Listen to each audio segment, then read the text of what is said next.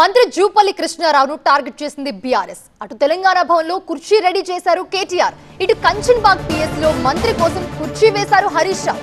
ఇక అప్పులు అవినీతిపై చర్చకు రెడీ అంటూ బీఆర్ఎస్ ఛాలెంజ్ విసిరింది. గన్ పార్క్ కి రావాలంటూ జూపల్లితో పాటు మంత్రులకి సవాల్ చేశారు.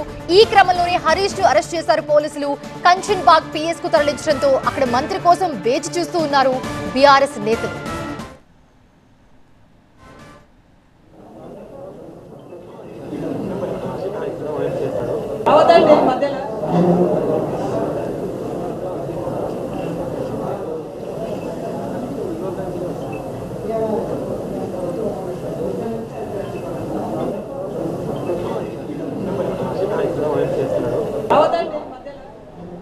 మంత్రి జూపల్లి కృష్ణారావును టార్గెట్ చేశారు బీఆర్ఎస్ నేతలు. అటు తెలంగాణ భవన్ లో కుర్చీ రెడీ చేశారు కేటీఆర్. ఇక మరోపక్క కంచన్బాగ్ పిఎస్ లో మంత్రి కోసం కుర్చీ వేశారు హరీష్ రావు.